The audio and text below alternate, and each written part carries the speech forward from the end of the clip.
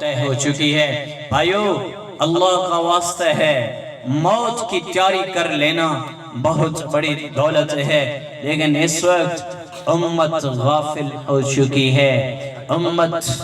موت کو بھی بھول چکی ہے، امت جنت کے شوق کو بھی بھول چکی ہے، امت جہنم کے خوف کو بھی بھول چکی ہے، امت اللہ کی یاد میں اللہ کے ذکر کی لذت سے بھی ناآشنا ہو چکی ہے، امت رسول اللہ صلی اللہ علیہ وسلم کی مبارک سنتوں میں جو خیر ہے اس خیر کو بھی بھول چکی ہے۔ ایک دوڑ ہے، ڈالر ملے، پاؤنڈ ملے، پیسہ ملے، بینک بیلنس بڑھے، زمین ملے، عہدہ ملے، جائیداد ملے، عزتیں ملے، پروٹوکول ہو، سلام کرنے والے ہوں، آگے پیچھے گاڑیاں ہوں، نیلی بتی والی گاڑیاں ہوں، اور میری تجارتیں ہوں، اور بازار میرے لیے سجے ہوئے ہوں۔ ایک ہی شوق لگ چکا ہے ایمان والے کو کہ پیسہ آئے گا، دنیا آئے گی تو میں کامیاب ہو جاؤں گا۔ بھائیو اگر پیسے سے کامیابی ہوتی تو قارون دنیا کا سب سے زیادہ مالدار انسان جس کے خزانوں کی چابیاں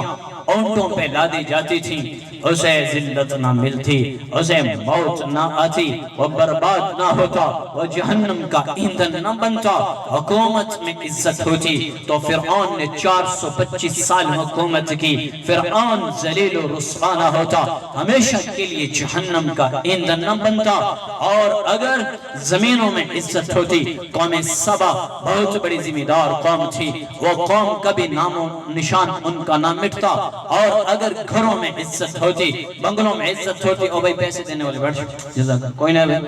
اگر بنگلوں میں عزت ہوتی، گھروں میں عزت ہوتی تو شداد نے بہت بڑی جنت بنائی، بہت بڑے محل بنائے، سونے چاندی کے، اپنی طرف سے جنت کا نمونہ اس نے بنایا، اور میرے اللہ نے انسانوں سے اس کو پوشیدہ کر دیا۔ آج بھی یمن کی کسی جگہ پر وہ چھپی ہوئی ہے۔ اللہ تعالیٰ نے ایک صحابی جو میرے نبی نے بتایا، ایک صحابی آیا، اس کو وہ دکھائی گئی جس کا اشارہ میرے نبی نے کیا، باقی سب سے انہیں آنکھوں سے اوجھل کر دیا گیا۔ اتنے بڑی جنت بنانے والا، محل بنانے والا، اگر ان میں سب کچھ ہوتا تو وہ بھائیو بغیر کلمے کے نہ مرتا، وہ ایندھن نہ بنتا۔ پتہ چلا کہ ان سب چیزوں میں کچھ بھی نہیں ہے، اور اگر ان چیزوں میں آج کا مسلمان وہ عزت سمجھتا ہے تو بھائیو پھر سب سے بڑا حقدار پیسے کا،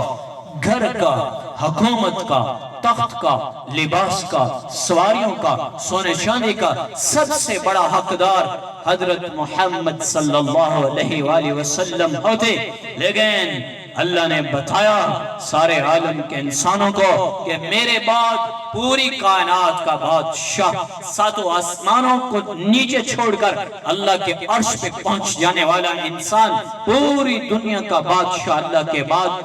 فقیر نہ ہوتا، اس کے گھر میں چولہے کبھی بجھتے نہ،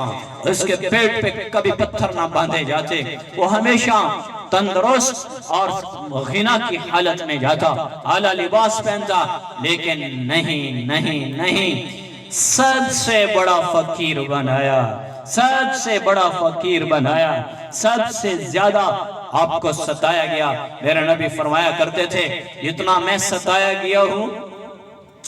اتنا کوئی اور رسول نہیں ستایا گیا، جتنے مجھے غم ملے ہیں اتنے غم کسی کو نہیں ملے۔ کچی اینٹوں کے گھر میں زندگی گزاری، کھجور کی شاخوں سے بنی چھت جس کے ساتھ امی عائشہ رضی اللہ عنہ کا حجرہ، کبھی کبھی میرے نبی کے سر کے ساتھ اس کی شاخیں ٹکرا جاتی جن سے چھت بنی ہوتی تھی، اور دروازہ کوئی دیار کا نہیں ہوتا تھا، کوئی لوہے کے گیٹ نہیں تھے۔ میرے نبی کے گھر کا دروازہ ایک بوری